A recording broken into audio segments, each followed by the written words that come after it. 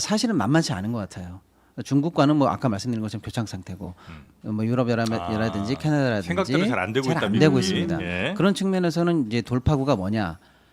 아까 이제 좀 굉장히 기분 나쁜 얘기일 수도 있습니다만 쉽게 말하자면 미국에게 적자를 많이 보고 있고 협상의 성과도 보여주기 좋고 그런데 사실은 다루기 쉬운 그나마 만만한 나라를 콕 집었다. 아, 그게 한국과 일본이다. 그렇게 일단 해석하는 게 맞을 것 같습니다. 그래요?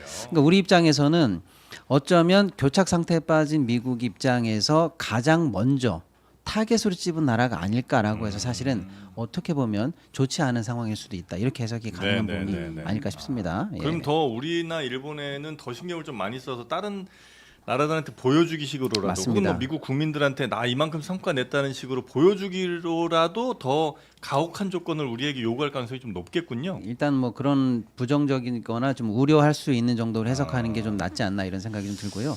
특히 이제 한국과 일본은 사실은 붙어 있기도 하고 네. 뭐 여러 가지 감정이라든지 실제로 산업이 겹치는 측면이라든지 봤을 때 사실은 경쟁국이기 때문에 한 나라만 찍으면 상대국이 저 나라와 미국의 협상이 끝나는 상황을 지켜보고 눈치 그 중에 보면서. 최혜국 대우를 우리에게 할 해주라라고 수 해서 있으니까. 예, 사실은 이제 규제 차익이랄까요? 이제 협상이 끝났을 때에 이제 예. 차익을 한쪽 나라가 보기 때문에 상황도 비슷하고 적자국도 비슷하고 산업도 비슷하고 다루기도 편하고 하니까 둘을 콕 집어서 같이 사실은 냈다 이렇게 볼 수가 있고요. 네. 이번에 서한이 나간 나라가 총 7개인데 우리 말고는 사실은 미국 입장에서 이렇게 크게 걱정을 하는 나라가 별로 없어요. 뭐 카자흐스탄, 말레이시아, 남아공, 라오스, 미얀마 정도인데 뭐 교육 규모도 그렇게 크지 않고. 그렇죠. 그러니까 사실은 한국과 일본을 상대로 네. 우선 협상을 반드시 끌어내고 이걸 통해서 세계라든지 남은 협상 대상국들에게 뭔가 보여주겠다는 의지가 네. 읽힌다 이렇게 좀 봐야 될 것 같아요. 최 대표님도 네. 트럼프 연구를 많이 또 하시지 않습니까? 네. 근데 오늘은 뭐 트럼프 얘기보다는 금융시장 해석은 그 요거에 대한 레터에 금융시장 대해 해석? 가지고는 예. 그냥 아주 우호적으로 해석을 하는 것 같습니다. 기본적으로는 특히 누가요? 금융시장에서, 뭐를? 주식시장에서 이 상황을? 네네 그렇죠. 아, 그래요? 네, 그러니까 그러니까는 왜 누가 그러냐면은 몰라요? 예. 결국에는 최고점이 보편관세 25%라는 거고 협상에 따라서 내려갈 수 있다는 거를 의미하는 거고요. 그리고 곧바로 시행하는 게 아니라 8월 1일까지 한 번 더 연기가 되는 건데 이 레터가 아마 어제 도착했다고 하면은 어제부터 국내 증시의 색깔이 좀 바뀌었거든요. 예. 그러니까 상반기 한국 증시가 어쨌든 전 세계 1등이죠. 작년 전 세계 꼴등이었기 때문에 네네. 1등을 했는데 네. 하반기에 들어서 7월은 사실상 뭐 폭락장에 가까운 그런 조정이 있었는데 그 과정에서 수출 기업들이 전부 석이 나갔거든요. 주가가 다 훼손이 됐었는데 어제부터 반등을 하는 모양새가 이 레터가 공개가 되면서가 아닌가 싶고 오늘 완전히 공개가 되고 나니까 시장에서 해석하는 거는 그럼 8월 1일까지 협상이 열려 있고 내려갈 수도 있다고 한다면은 저희가 데미지가 없다고 생각하는 레벨이 관세 10% 정도인데 이거는 미국에서도 그 정도는 소위 말하는 그 부가세 정도 아니냐 소비세 정도 아니냐라고 생각하는 거기 때문에 그 정도까지 협상하려고 목표를 하고 갔다고 생각을 하고 네, 네, 어제 네. 뭐 인선이라든가 이런 부분 남 부분에 대해서도 보면은 결국 시장에서는 수출 기업들 다시 뭐 큰 부담 없어지는 국면으로 갈 수도 있다 이렇게 화답하는 것 같습니다. 네. 네, 미국이 그러니까 근데 쉽게 말하면 예. 이제 트럼프 입장에서 그렇게 우리를 찍은 이유는 그렇게 설명이 되는데 예. 우리 입장에서 뭐 이게 썩 기분 좋은 건 아닌데 과연 우리가 충격을 어느 정도로 산정해야 되느냐라고 네. 할 때 시장의 중점은 아까 우리 이최 대표님 말씀해주신 것처럼 일단은 협상에 시간을 벌었다. 그럼 유예된 거네. 그리고 기존에 있었던 25가 맥심이네.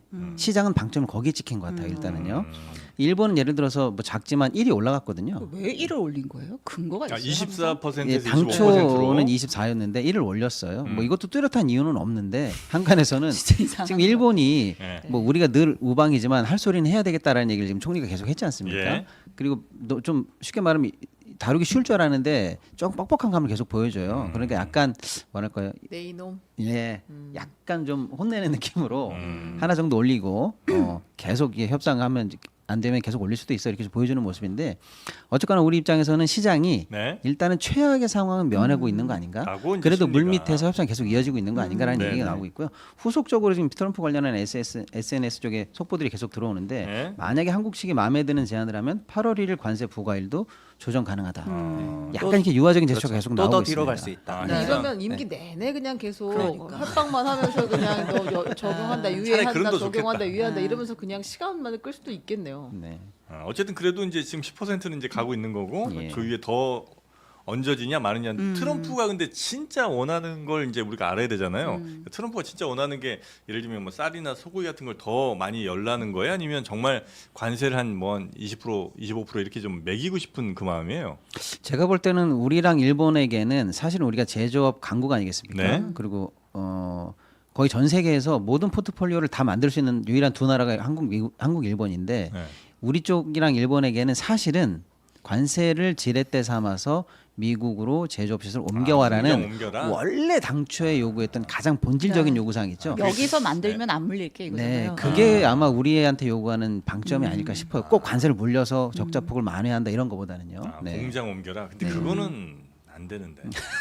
왜냐면 또 했잖아요, 근데. 아니 이거 왜냐면 공장 옮기려고 해서 이제 뭐 보조금 좀 얼마 준다 이렇게 하고 막 옮겨놨더니 갑자기 뭐 보조금 취소 뭐 이런 약속 안 지킨 짓들 하지 않는 그런 짓들도 하는가 하면 또 공장을 한번 옮기게 되면 이제 여기에서의 그 어떤 시스템 자체가 이제 무너지는 거잖아요. 한국에서의. 네. 그러니까 한 번 완전히 옮겨버리게 되면 다시 돌아오는 것도 너무나 힘든 일이고 그리고 또 미국이 처음에는 가면 좋을 것 같은데 또 거기 노동자들 이게 하는 게 쉽지가 않다고 하더만요. 네. 진출하신 분들 말씀 들어보면 그래서 기업도 이익 내기 힘들고 우리나라의 뭐 노동 시장도 안 좋아지고 또 우리나라 그 산업의 어떤 시스템 같은 것도 인프라도 많이 좀 훼손되고 그럴 것 같아서 가능하면 지금 당장 돈을 좀 더 쓰는 일이 있어도 공장 옮기는 건 좀 안 하는 게 난 좋을 것 같다.